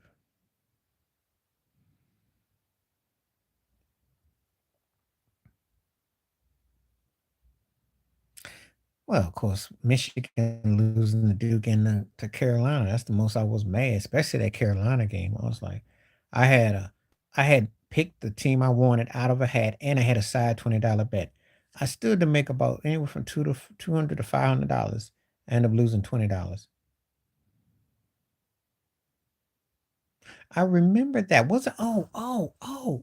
Um, that old man. They used to. You know what I'm talking about? Look like LeBron's daddy, and he ended up with the Heat too, cause the he was with the I can't think his name had beard. Yeah, yeah. Odin looked like he was 48 when he was in college. Oh God, he would go and everybody would get beard through Odin. Oh yeah, he had an old man thing too. Had no real offense, and he looked like he could be Joel Embiid's daddy. Like he could be his grandpa now. He played some defense though, just didn't have an offense game, but his defense was. Yeah, y'all weren't gonna beat Noah and them back then. Billy Donovan had it going on. Had it going on. And I thought that if Noah had some offensive game, he might be into like a baby Barkley, but he never developed. Well, Mike Conley has always been a steady dude. The only thing I had problems when he got paid all that money with Memphis or something. He got paid a lot of loot. He was a 17 point a night guy. And so he got paid, but I'm like, he wasn't quite that cat, but he was, he was solid what he do. He gave you solid. He gave you solid. And I like him.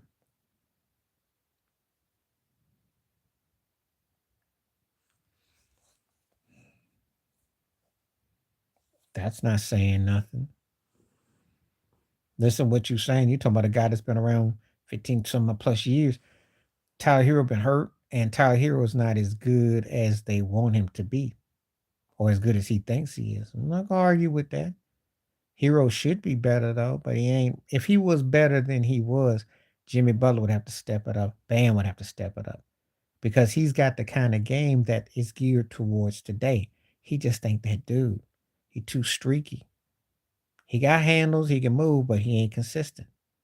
If Duncan Robinson's game morphed into his, and Tyler could go to the next level, but when you got Tyler Hero here talking about, oh, I'm better. I think I'm better than Trey Young. I'm like, well, what you want, a ribbon? I think he's one of those guys that to me, well, no, well, see, I did give you sympathy for Jordan Love because he was only his first full year to start, and he really had to get to the cadence. And I think coaching is going to come a big, but I see the difference is this: Jordan Love will take over in a couple of years, the way I see it. He could run that. He could really run the NFC in a couple of years. Because if that ain't his indication against Dallas and Frisco, he may even be scary next year. I don't feel that about Tyler Hero. How long Tyler Hero been around? Think about it. So I'm tough on him because he's in a day and time that for what he's trying to do, he can do because that's the kind of basketball they play today. If he came around the 90s or early '00s, he'd have to play with someone like Shaq and he could look good hitting them threes. But that he'd be like Mike Miller. He would be like Mark Miller. That's what he would be on a good. And Mark Miller was better than Tyler Hero when he played for the Heat because Miller could shoot and he understood his positioning. Hero got this delusion he's gonna be some all around. It's not that kind of player. So, but you can do that if you do the small things. But a lot of these guys try to play hero ball. No, I do defend Jordan Love because he came up big. Should have beat Frisco too. If he beats Frisco, then he'd be ahead of schedule. Then I tell you next year, he could probably go to Super Bowl. I don't know if I want to do that because I mean the Bills got too many. Can't say the Heat. except for the 2011 finals, which LeBron did. That was sad. That's probably the saddest. The Yankees '04.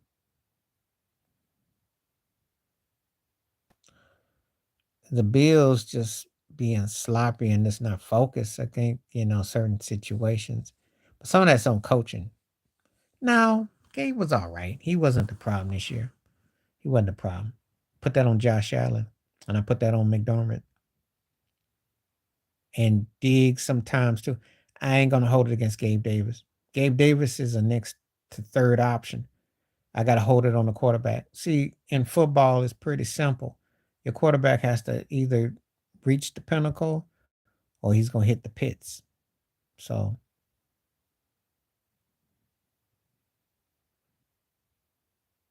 he did, but Josh Allen also missed plays. They should never been in that situation. Can't blame Gabe Davis for that game against the Jets. Can't blame Gabe Davis for that game against New England.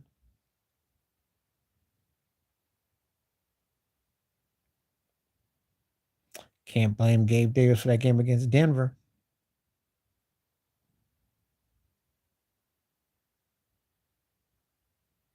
And I don't think I blame him in that game against Philadelphia. But that's not why they were the way they were. They're just not cohesive. And it starts at the top. Everybody got to be on the same page. He dropped a big pass. That's what they done all year. Why am I was not surprised? It's what they did. They weren't. So what made it any different? Didn't make anything different because they underachieved this year. They was riding this. Be honest with you, they played like bums to me because they thought they could turn it on, turn it off, and they won all them games and they got over Miami to get the seeding to, but they were a bum team. So they want to blame it on the field goal kicker. That's not why you lost. You played shoulda, woulda, coulda. You play when you felt like it. And see, that's the thing. When you ain't won nothing to be acting like that. Just turn it on, turn it off switch when you ain't won nothing. All you got was the Nick Wright September banner. That's all you got. So I didn't expect nothing. So I wasn't disappointed. They did exactly what I thought they were going to do. Not much.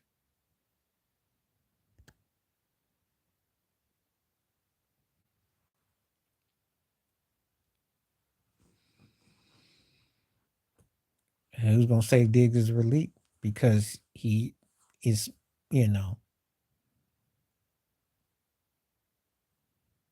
But the problem is that I think that McDermott can't coach that kind of ego.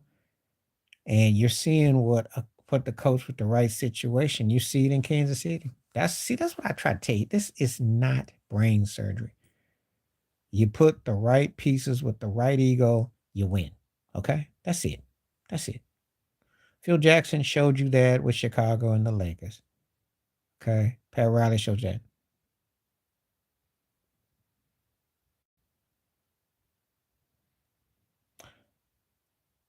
Except that you play 162 games and they have a way of stretching the money out, and that ain't gonna be but so many people get that kind of bag.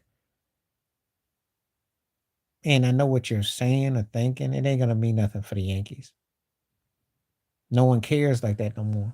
If it meant something, the Dodgers and if the Dodgers and Baltimore would be battling in the World Series.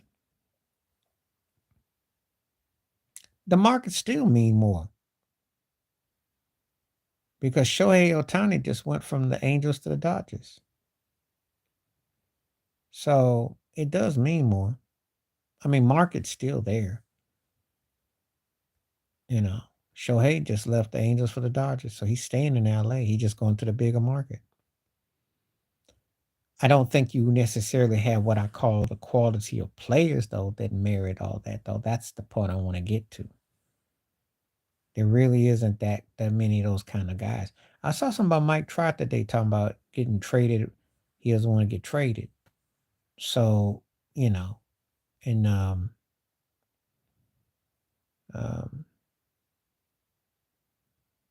You got to take that consideration. Well, I'd say the 84 49ers don't get their love because they predated that Bears 46 defense. And then, say, Baltimore early 00s, um, Cowboys in the 90s, 49ers in 49ers 80s, Eagles in the 80s, Tampa Bay the mid 00s. Patriots defense is underrated too. Only because they intercepted Brendan Roethlisberger. I remember that. And what happened to old boy now? He's with Jalen Ramsey. That's when he actually mattered. He sucked since then. Went to Miami getting his butt lit up. Think I don't remember. But he was on point. He was talking trash. And they looked like a nice upstart team. But his career didn't last like that. He called Josh Allen overrated. I remember all that. Think I forgot. He talked a lot of trash too. Get his butt burnt. Got his butt toe up against the Bills and by Lamar. I ain't trying to hear that turkey got nothing to say. He did good in the Rams. He got that ring out the way, so that's good for him.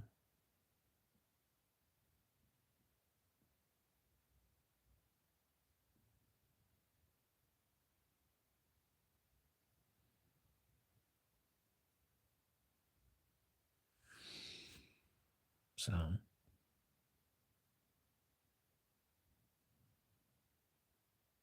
but no, the baseball, if they had a cap, the problem, one of the reasons why they don't have a cap is because they want everybody to have a chance, which they do. They actually give teams a chance. If you had caps in big markets, you would defeat the balance of parity. And they need, you see Texas win a ring. Obviously, a team like Houston's in a big market. They won. Boston won. The Giants won. So the big markets have. That's kind of hard to say. I mean, obviously, you might say Willie Mays, but that's kind of hard to say. I could make the case to A-Rod, who should be a Hall of Famer, but it's hard to say. That's kind of I stay Steve Carlton. I didn't like to see him jumping all team to team. He was too good for that, you know. But baseball's a different animal, and guys will play. You can say Phil Negro played too long, too many teams. You can make cases. Probably Ken Griffey Jr. too, because you start chasing stats and you're not trying to win. You know, at least go out like Dave Winfield did with Toronto when he had a big hit and he got a ring. Can live with that because that's what it's supposed to be about. So,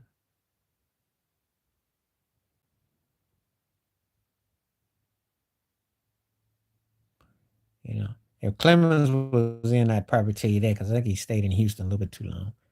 If Manny was in, I'd say that too. I'm not the biggest Trevor Hoffman fan. I give him his props for getting his saves, but they weren't the same as Rivera to me. Just saying. They kind of got watered down. Saves now are kind of like getting a triple double. Certain people did it, it carried a certain weight. Certain other people do it, it feels bloated.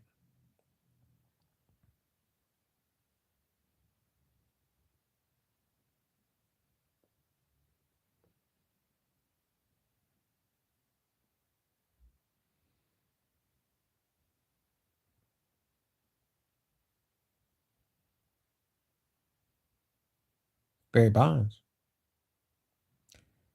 Clemens, it'd be more in baseball. NBA, who can you think of that comes to mind to play great after 40? I mean, hey, if Karl Malone did it, that'd be kind of like in Kareem. But really, Jordan had moments. I can't say anyone has blew me away after 40 in basketball. It's impressive that they're still playing, but I can't say I was impressed at their game because I don't care when you start, your body is different. That's what you're seeing with LeBron right now at 39. He can give you some moments, but then he can have moments when he's just, you know, So I really know that even though there's more medicine and guys can get healthy and all that, yeah. Rivera was great. Okay, and Ricky Henderson, but I think Bonds was an exception.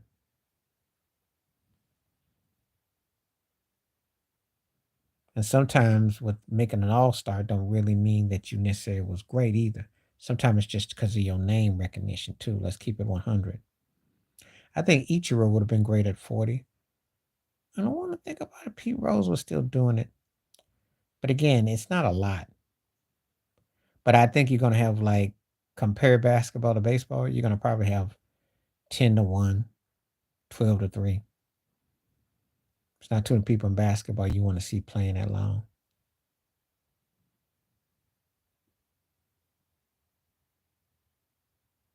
Yeah. But you see, baseball's a different animal. I don't see a lot of guys in the NBA that I sit there and think, oh God, this guy, I want to see this guy. No. About 40, they start to definitely know they're done. But that's an interesting topic, though.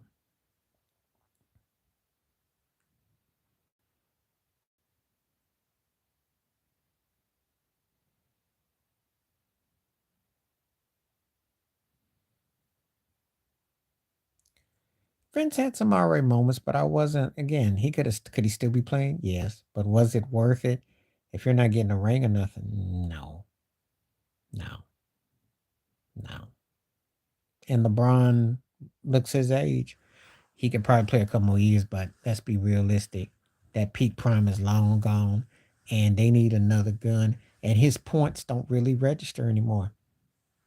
The guy averaged 30 something 2 3 weeks 2 years ago, almost won a scoring title, and they didn't make the play in. Okay, averaging 25, 26 points a game. They're only 3 games over 500. Okay, point being is it don't really make the kind of difference. Yeah, he has to because he's at a stage where the end is near. I'm gonna say what it's not fashionable, contrary to what he says. He looks old.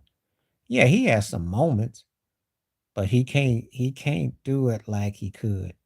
There was a time he threw 25, 7, 7. That team was gonna be third, second, third seed. They're barely a playing tournament team. And that's what Anthony Davis playing every game. Because AD ain't ready leveling it up. So he doesn't have a teammate that can level it up because he needs so much. Oh, I never said otherwise. I think ever since he's been with the Lakers, it's been cherry pick season. But it's noticeable more the last couple of years because he ain't playing no defense because his body can't give up both ends anymore. Selectively, he can have moments. Can't do it all the time, especially when he's got to play high pick and roll. He can't get out there and guard these guys shooting threes. Mm-mm, can't do it because he can't run like that no more. Body taking its toll, and that's just part of him getting older. And they're not that good of a team. They have to play where everybody scores and get involved. It's the only way he's got any hope with this team. They are a marginal team. They are their record. Like Bill Parcells used to say, you are your record. So I'm not gonna sit there and, he's older. He's trying to make it look, but he know he's done. I think deep down the Lakers want to be done with him after this year. Probably one more year at the most. But after he's 40, they're not messing with that because they know it's coming.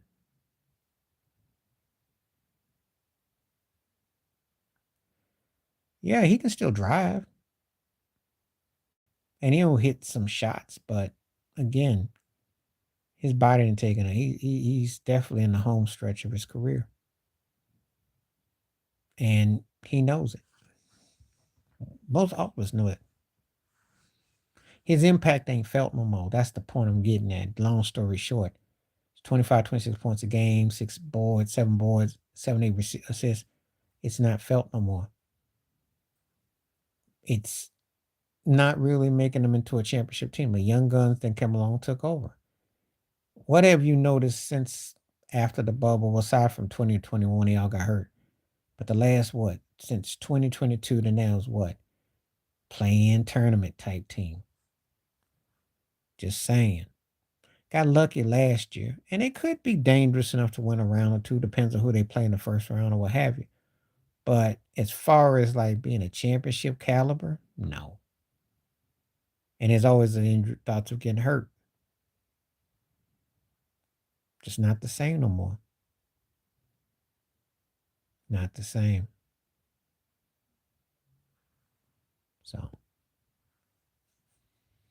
anyway, I think I'm gonna call it a night because I gotta go eat and get some stuff planned and what have you. There's definitely been a stone gas. Glad everybody came through.